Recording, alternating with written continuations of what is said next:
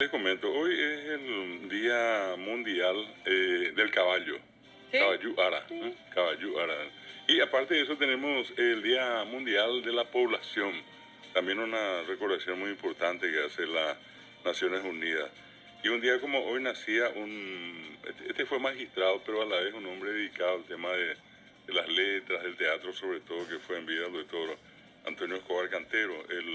Falleció en 1994. Así también hoy está de cumpleaños una amiga acá de la casa que suele venir también vinculada al tema del arte, que es la magíster María Victoria Sosa, que es la directora de la Orquesta Sinfónica Nacional. Y por último, un futbolista que estuvo de moda en estos días con el tema de Paraguay en el Mundial, Damián Bobadilla, que nació en el año 2001. Ah, mira, Jovencito, año de... 2001, ¿sí? Bueno, son algunos datos. Hoy es el día, por ejemplo, de San Abundio y un santo no muy conocido, Drostam. Ahí, así, Drostam. Drostam, ¿verdad?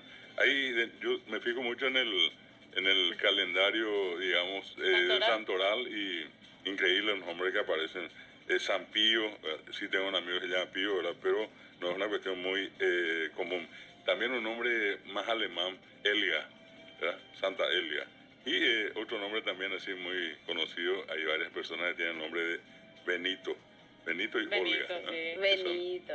Acá estoy viendo que es el cumpleaños de Natalicio Chase también, También del senador. del senador, Así que mismo. es líder de bancada de honor Colorado. Sí. Y también te olvidaste, me dejar ¿De de quién? decir, ¿De quién, pues? Día Mundial Yo del mencioné dos. mojito. Del mosquito cubano, ¿sabes? Ah, entonces hay que ¿no? explicarle a un Oye, hay que poquito. tomar un poquito.